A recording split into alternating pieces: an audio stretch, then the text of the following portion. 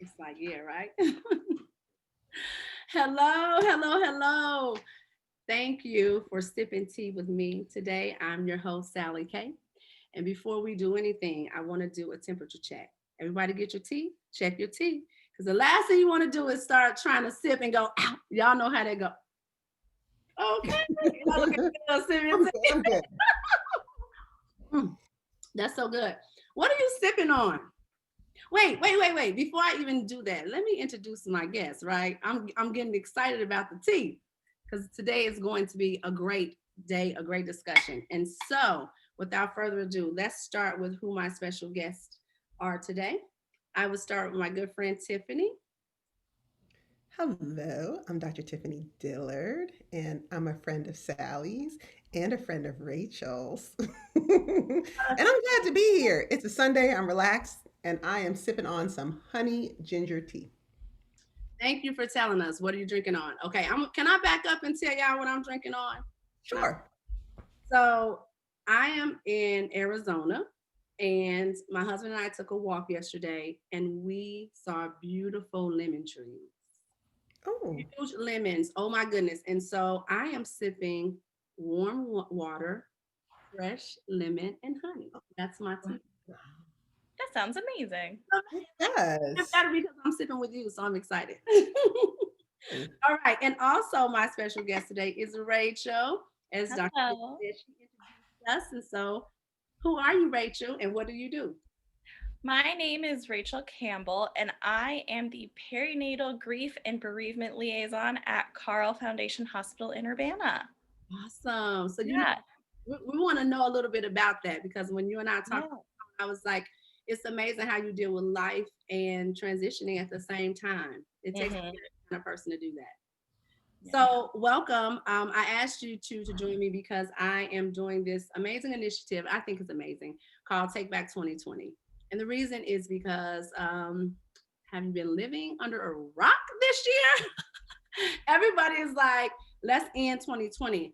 But at the end of the day, it's a blessing that we get to open our eyes and we get to, I say, experience 2020. And the fact that we are here today, we are survivors, we are overcomers, but we have a story to tell. And so, with Take Back 2020, we want to be mindful of how we end this year as we prepare for the year, not just 2021, but the years that are to come.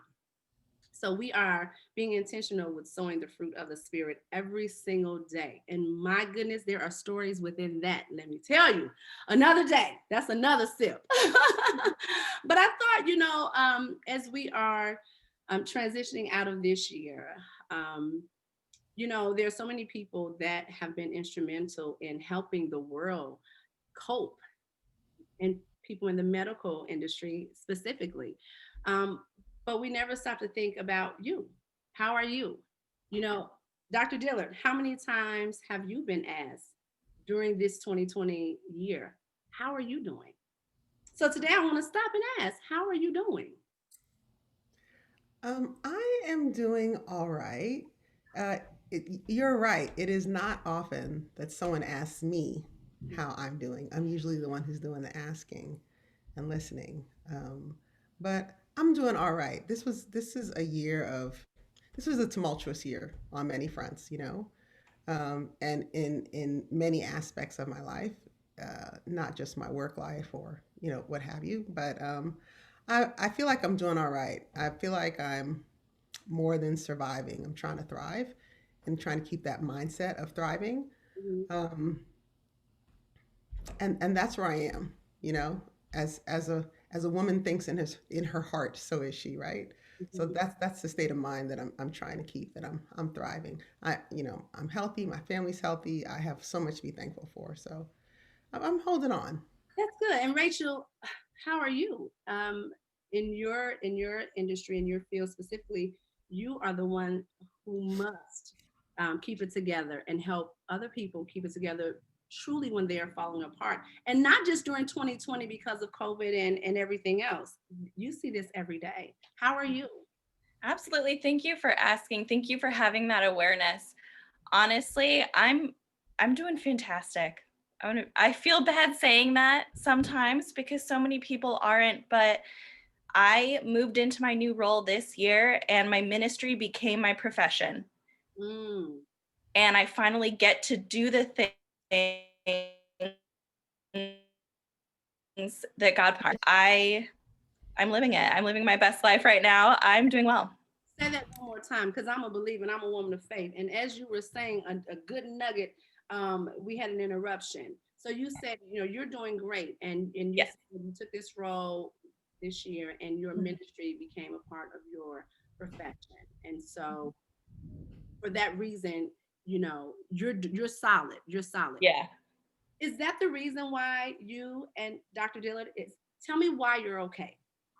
Tell us all, why are you okay? How is that possible when so many people around us all are falling apart? Understandably so. Mm-hmm. How is it that you're okay, Rachel? One of the things that helps me the most is to know that I'm actually making an impact in the lives of others. So, one of the things we all want and all need, especially in healthcare, is to really feel like we're affecting the outcome. We're actually making things better for people, actually improving their lives. And I work with people generally on the best and worst days of their lives. And I know for a fact I make a significant difference. And Mm, I know that I'm doing it because God wants me to be doing that. I want to come back to that thought, that you are working with people during the best and worst times of their lives. Hmm. Right? So, Dr. Dillard, Yeah. you let's pin that for 1 second, Rachel. Dr. Dillard, you didn't tell us what you do. There's a connection here. So that's why I want to pause. Yes, there is a connection. And Rachel and I have a connection. That's how we know each other. So I'm an obstetrician gynecologist. So which means that I take care of women's health at various aspects of their lives, their reproductive lives and their, menopausal and postmenopausal lives. And so Rachel and I are connected in that we work together. Um, I deliver babies. She is a labor and delivery nurse as well as a perinatal grief coordinator. So it was actually really refreshing to see Rachel transition in her job this year because she's right. She is good at what she does. She's really good at what she does. And to have someone who is experienced in helping a mom transition to bringing life into the world and then caring for that mother as she experiences that worst day of her life if something is happening with her child or if her child has passed, that is a gift, and that's something that can really take a toll on people. So I'm glad to hear that you're doing all right, Rachel, Yeah. because that can be heavy, that can be really really heavy. But yeah, that's our connection. And so while the time that I have with ladies, I do have a time with ladies. I do play a role, especially, with that, with like what Rachel's talking about. Mhm, But long after your doctor's gone, there's someone there like Rachel mhm, who's still helping you through that. mhm, So we're kind of a tag team. Well, not really tag team because she's there throughout and I'm there for a part. So we kind of partner in this. mhm. Yeah. And so with you, Dr. Dillard, I know this answer, so maybe I won't even ask it this way. We all recognize that our work is ministry, Absolutely. and so when you are working, well, not even working, when you are with these women, um, what have you experienced this year? What have they said? What have your patients? Maybe I can't say your patients, but just what have you heard? What's the pulse of the people? What Hmm. has it been like for people this year? Hmm. I would say that on my end, I, I, I am working with in the hospital. I'm working with ladies who oftentimes are coming in very fearful, Mhm, very fearful. First of all, for many women, it's a new experience being a mother mhm, and giving birth, going through the labor process. mhm, And this has been a scary time for a lot of mothers, especially since we don't know what COVID, especially when all this started, this is new. We had no idea what this is going to do to mom, what potential effect COVID could have on baby. And then there were many mothers who just coming into the hospital were fearful because is my partner going to be allowed to be with me in the hospital? You know, there are some places, I think that in New York, there was a time period where, I think it was a short time period, if it was though, where, you know, only the individual was allowed in the hospital. And there were a lot of moms who were worried about that. Is my husband, is my wife going to be able to be with me? Mhm. Am I going to be alone when I give birth? And thankfully, at our institution, we didn't have to go there. You know, we weren't able to have the complete birthing experience with family around and grandmoms and all that, but at least we were able to have, ladies have a support person with them. So I would say that this has been professionally for the ladies that I've seen, I would say there's been a lot of fear and concern, and there's been some worry just how things were going to go, just a heightened sense above what even was already there. And then that can be difficult because of that dichotomy, right? Of feeling excited, Right. excited that your baby's coming, but you're scared because your baby's coming. You Well, know? and as a new mother, you're afraid anyway. Right. You are afraid anyway, and so 2020 compounded on that. Yeah. I'm sure it was very stressful. And then Rachel, you are already working with families in a fearful situation. Mhm. How were you able to keep the calm, so to speak, this year with your families? So, one of the things that our institution has done that many others have done is make exceptions in times of death. Okay. So, when families are experiencing a birth and a loss at the same time, there have been many, many times when we were able to bring an extra family member in, and that has been very comforting. So, these families do come in very fearful. Mhm. And then we are able to alleviate some of that. We're able to bring in an extra person. We go through leadership, we go through infection control, make sure everything is safe. But we know that the family will never have another chance to interact with this baby Mhm. because they've passed and they won't be going home with them. And so, one of the things we have done to allay fears is kind of let extra family come in to interact with the baby after it's been lost. Mm. You know, um, we oftentimes we think of our own hardships. We don't think about what the other person is going through. Um, help me encourage the young mother or mother in general, that woman who is pregnant now and is fearful and is concerned. There's a new vaccine coming. COVID numbers at the same time continue to rise. How do we provide some type of comfort of mind? Help me speak to these women. Dr. Most Okay, go ahead. Go ahead, Rachel. Most of the birthing moms that I'm working with in the hospital are saying that they're pleasantly surprised by the intimacy that is provided by having to go through this experience with just them and their partner or their support person of choice. They kind of look around the room after delivery and go, they kind of relax. We're not worried about bringing in grandmas and uncles and aunts. We're not worried about interrupting breastfeeding and other bonding behaviors with babies. They get to just have that sacred, intimate time together as the three of them. Mhm. And most families look around and are really grateful for that. They really like it. The nursing staff has said that in some ways it's better because they're able to focus on the birthing person and their support person and then on the baby. And so that intimacy has been a benefit. Breastfeeding rates are up. There are some benefits. Yeah, because even when people go home, they're not necessarily inviting family over to see the new baby right away because Um, we're not really supposed to. And so they're not worried about trying to make sure the house is clean, trying to make sure they're presentable. They're not worried about passing the baby around.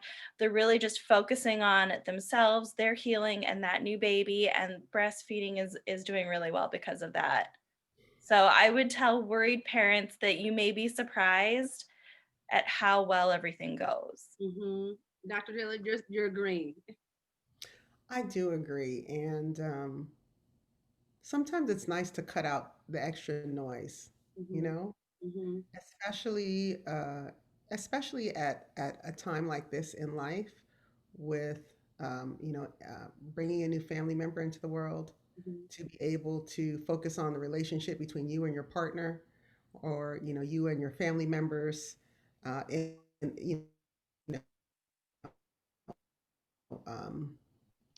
in the family before bringing this new life into the family. I really do think there's a benefit to that. And I also have to recognize that, COVID has not just been a time of strengthening relationships and all that, because I do recognize that, with more people staying at home, there are other problems that have come up. Domestic violence has been an issue in many households, and there's been more turmoil in many households.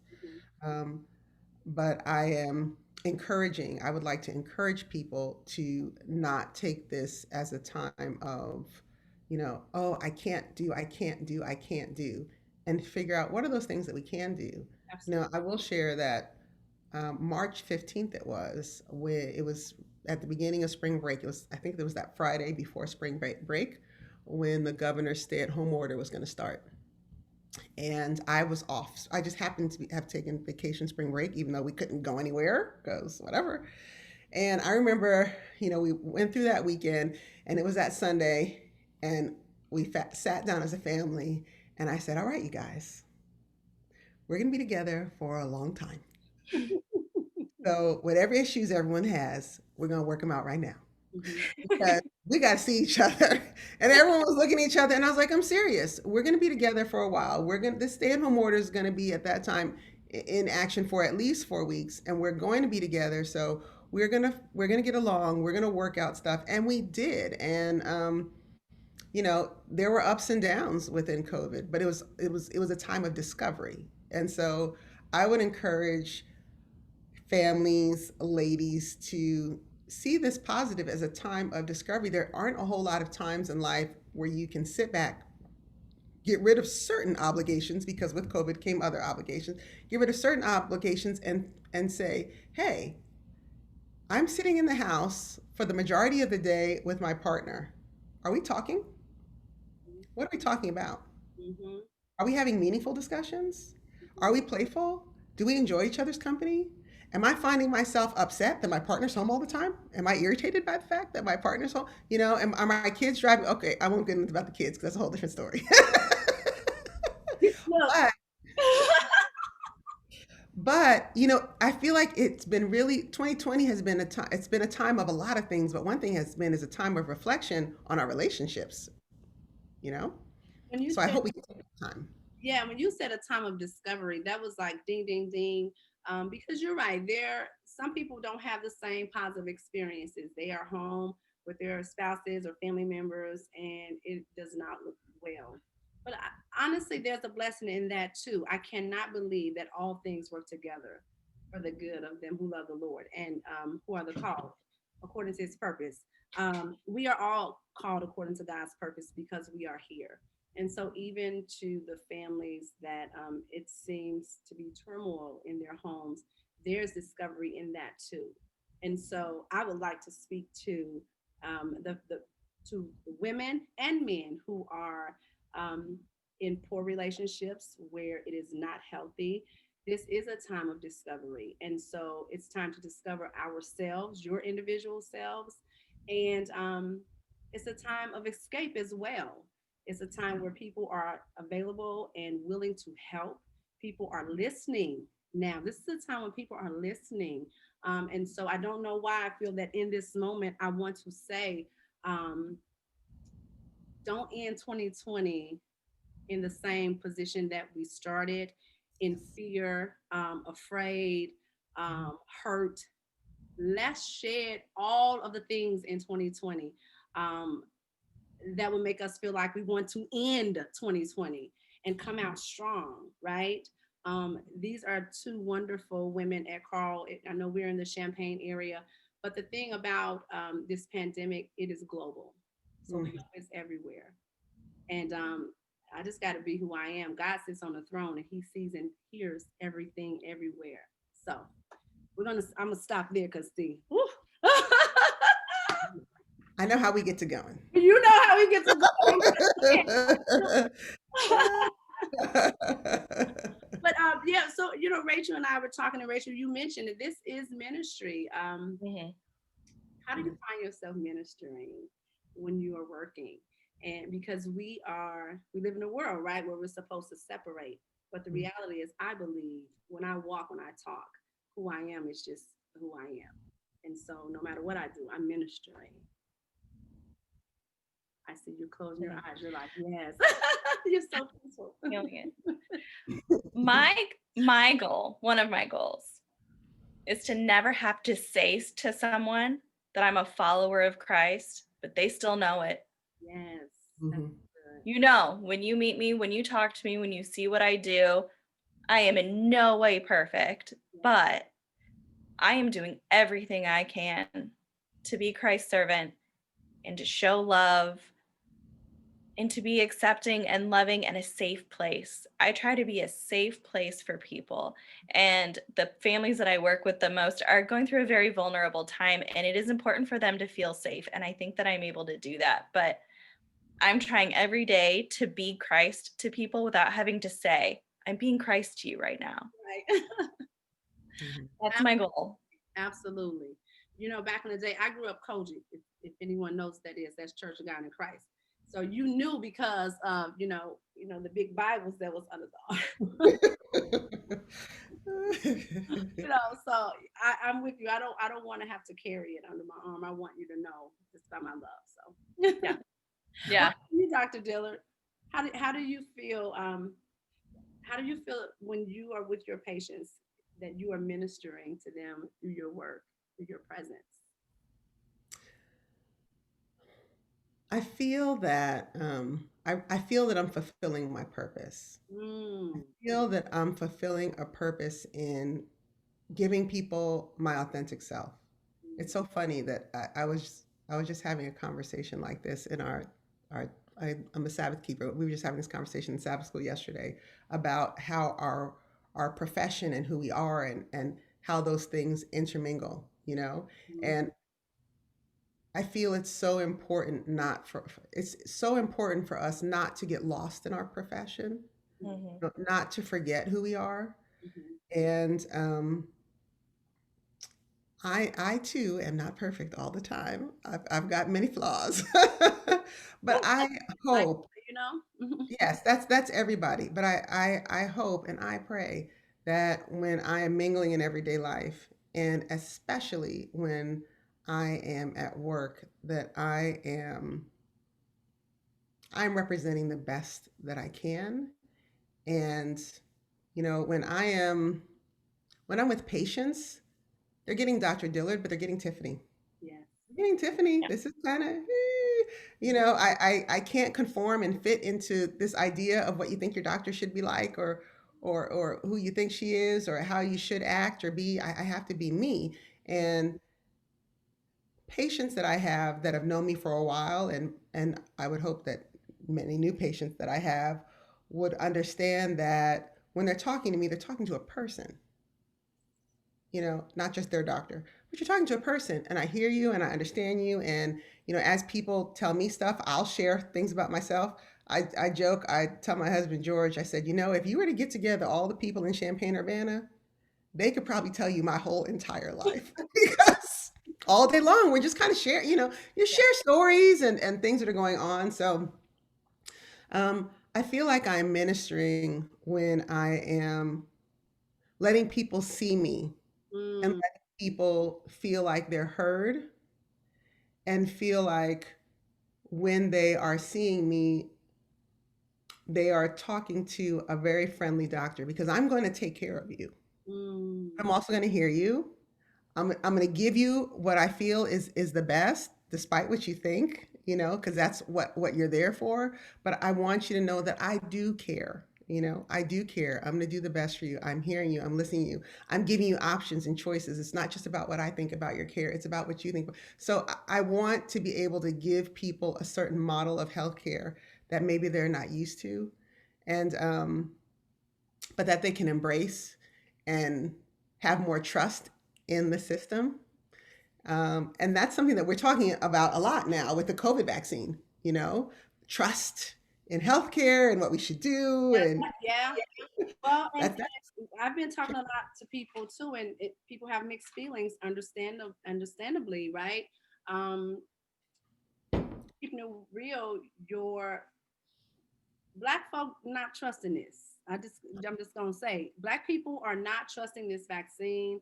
I think a lot of poor people have real questions, and that's because historically, certain populations and groups have been used as guinea pigs, and so people are saying no.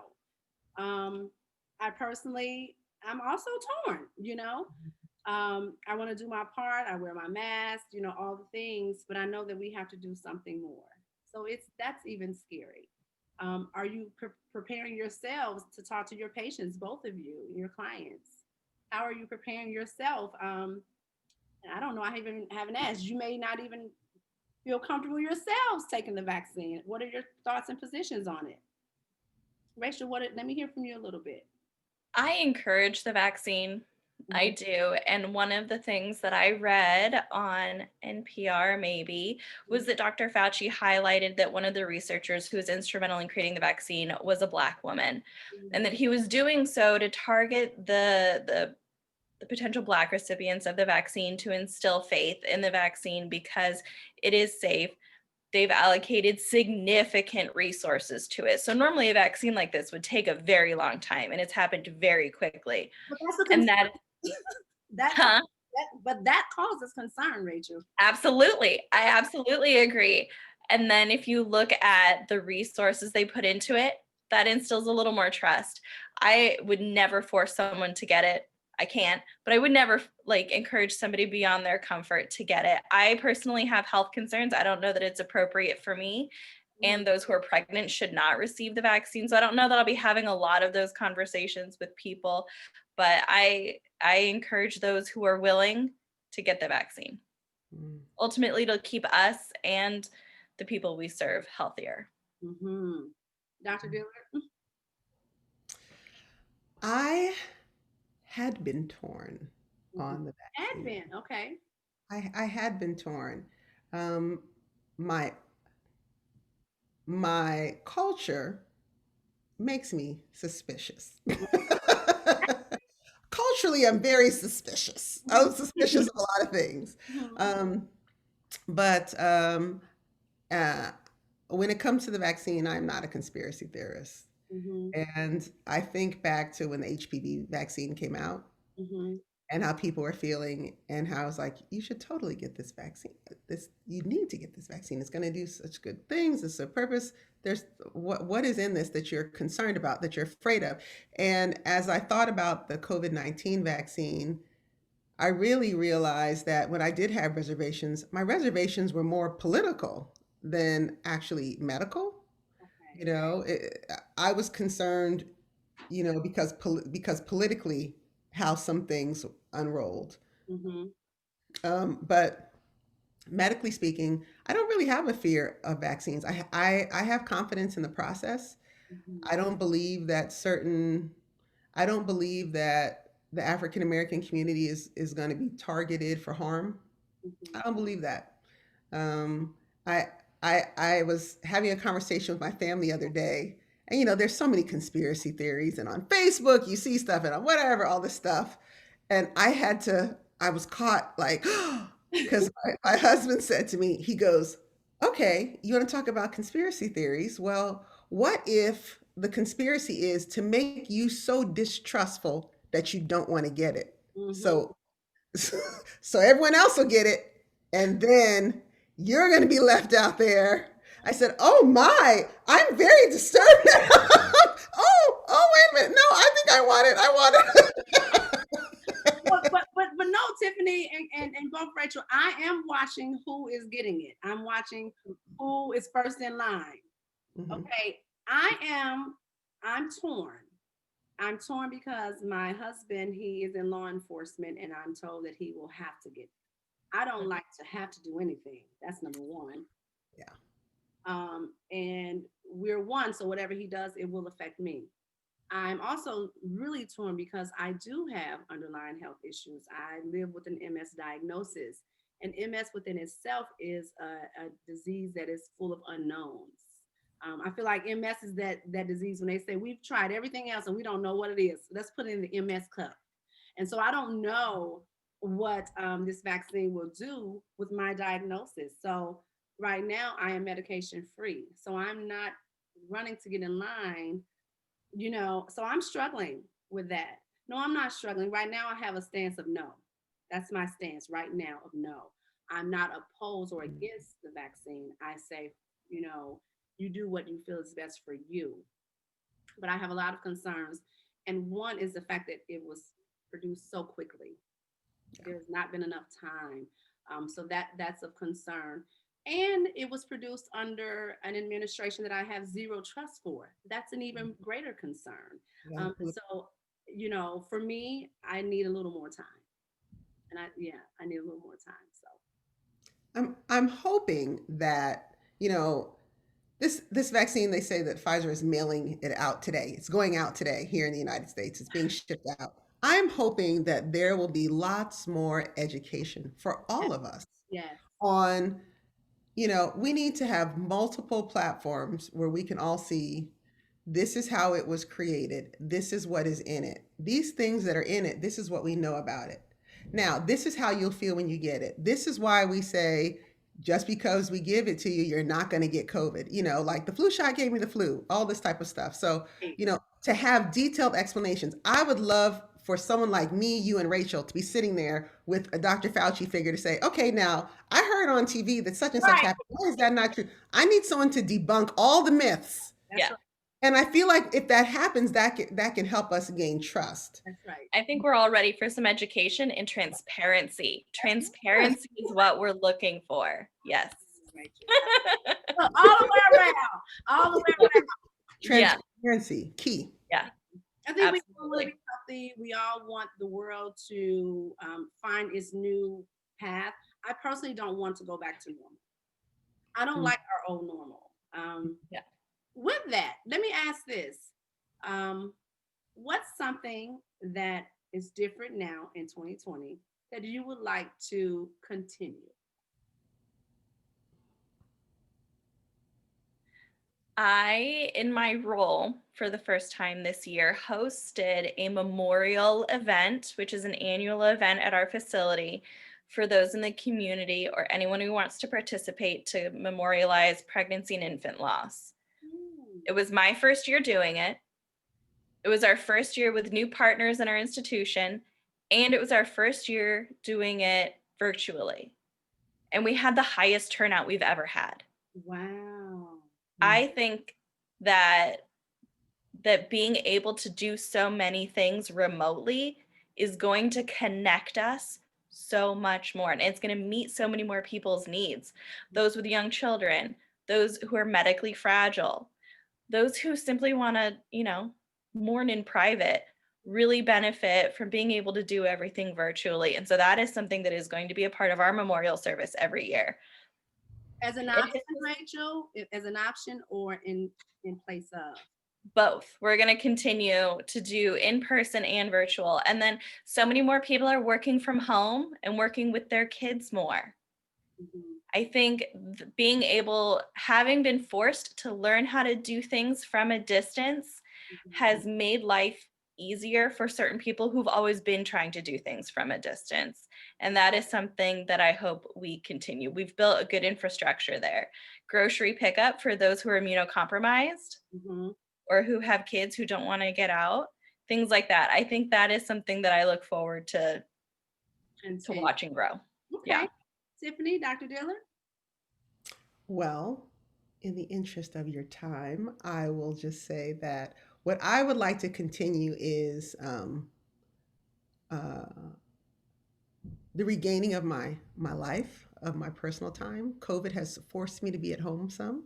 Mhm. COVID has forced me to learn how to make some boundaries, and I want to continue the boundaries, and I want to continue my family growth. We've had a wonderful time of family growth and fellowship and worship, and I want to be able to continue that. That's amazing. I want to thank you both for sharing your time with not just me, but really the world, because we don't know who all is going to see this. But I appreciate you both for your ministry. And in this moment right now, I pray God's covering over you. I pray his blessings over you to continue to bless your ministry and your profession and everyone that you touch. Many blessings and God bless to you and your family. Thank you so much for sipping tea with Sally Kennedy. It was awesome and amazing. Take care. All right. Thank you. Thank